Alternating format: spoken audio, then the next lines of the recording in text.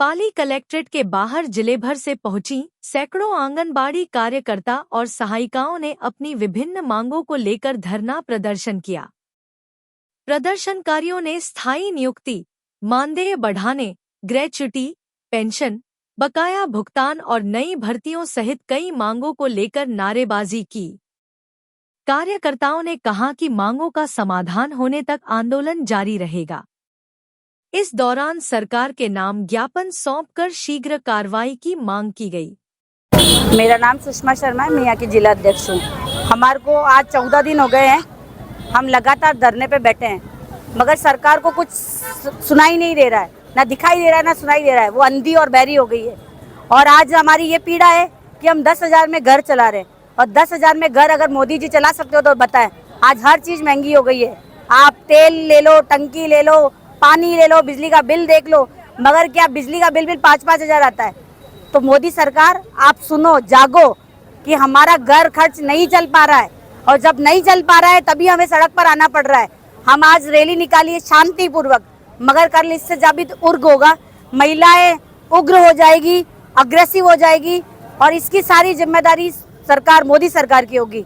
मैं निवेदन करूंगी, आप अगर इस महंगाई में आप अपना घर चला सकते हो 10,000 में, तो हम भी चला सकते हैं। अगर आप नहीं चला सकते तो आओ, हमारी मानदेय बढ़ाओ, कम से कम हमारा 25,000 मानदेय होना चाहिए।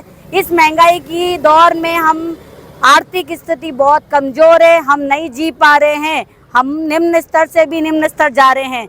यहाँ जो बहनें खड़ी है वो सब आर्थिक रूप से बहुत कमजोर है। अगर हाई क्लास होती तो शायद ऑफिसों में बैठी होती। हम पढ़े लिखे होने के बावजूद भी आज 4-4 घंटे काम करने के बाद भी घर पर भी हम 4 घंटे देते हैं, तो टोटल मिलाकर 24 घंटे हम इस आंगनवाड़ी को देते हैं।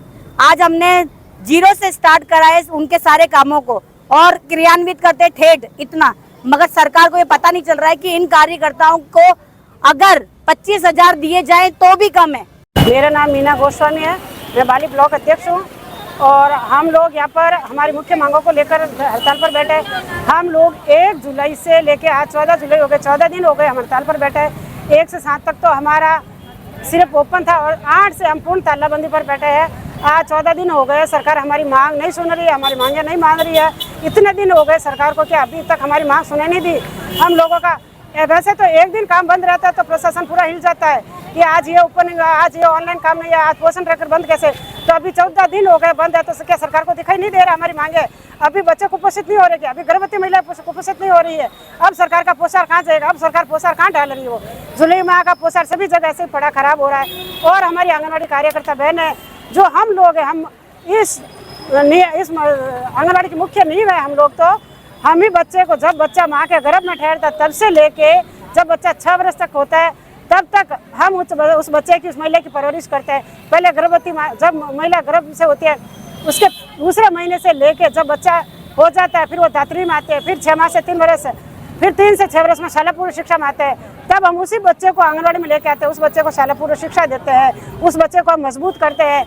खेल खेल में सीखना, बोलना, सुनना सब सिखाते हैं, पढ़ना सिखाते हैं। उस बच्चे को शाला पूर्व शिक्षा देकर पूरा तैयार करके फिर हम सरकारी स्कूल में भेजते हैं, और उन्हें सरकारी मास्टरों को उस बच्चे को आगे पढ़ाने के लिए तो 80,000, 90,000, लाख रुपए दे रहे हैं। और जब छोटे बच्चे को सबसे हार्ड होता है तैयार करना, उस बच्चे को हम तैयार करते हैं, तो सरकार हमें सिर्फ मिनिमम मानदेय दे रही है 4,500 और 5,500। तो क्या उनसे हमारा घर चलेगा?